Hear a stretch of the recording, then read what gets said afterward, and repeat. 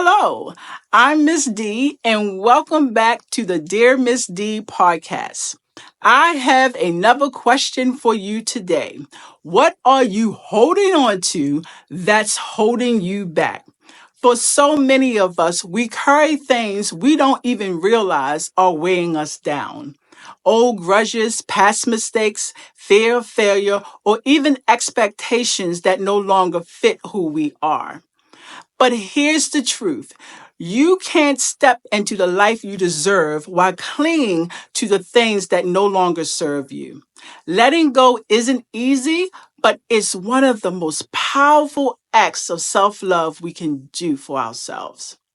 Let's be honest. Letting go is hard because it feels like you're losing something, even if that something is hurting you. Maybe you are holding on to a relationship where you give everything and get nothing in return. Maybe it's the need for validation from people who don't even value you. Or maybe it's a dream you have outgrown but are afraid to release because it's all you have ever known. Whatever it is, I want you to think about this. What would your life look like if you let go? What could you make space for if you stop carrying the weight of what's been holding you back? Letting go isn't about forgetting. It's about freeing yourself. When we hold on to things that hurt us, it shows up in ways we don't always recognize. Emotionally, you might feel stuck, anxious, or resentful without even knowing why. Physically, holding on to stress and pain can lead to tension, fatigue, or even illness. In relationships, you may struggle to connect with others because your energy is spent on things from the past. Holding on might feel like you are in control, but really, it's like being in a cage.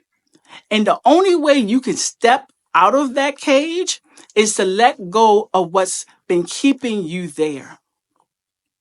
Letting go isn't about pretending something didn't happen or forcing yourself to move on overnight or to get over something overnight.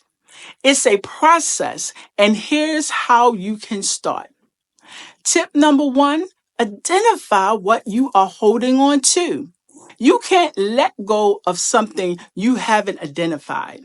Take a moment to reflect. What's taking up space in your mind and in your heart that no longer serves you? Is it anger towards someone who hurt you? Is it fear of failure or rejection?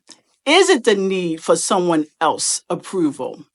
Be honest with yourself and write it down.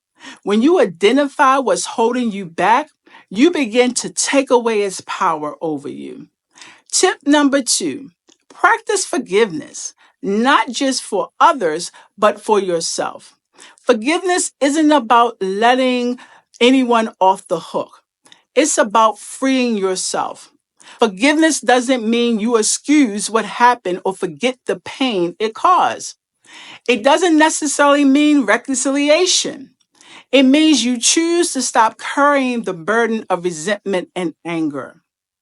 Start the process of forgiving others by saying, I release the power this pain has over me. Start the process of forgiving yourself by saying, I'm not my mistakes. I'm allowed to learn and grow. Forgiveness is a gift to give yourself, and it's permission to heal. Tip number three, focus on what you are gaining and not what you are losing. Letting go creates space for the life you deserve. Instead of focusing on what you are leaving behind, focus on what you are making room for. More peace in your mind and in your heart. More energy for the people and things that you truly care about and the people and things that truly matter in your life. More clarity to move forward with purpose and intention. Letting go isn't about giving up, it's about choosing you. And finally, you are not defined by what you let go.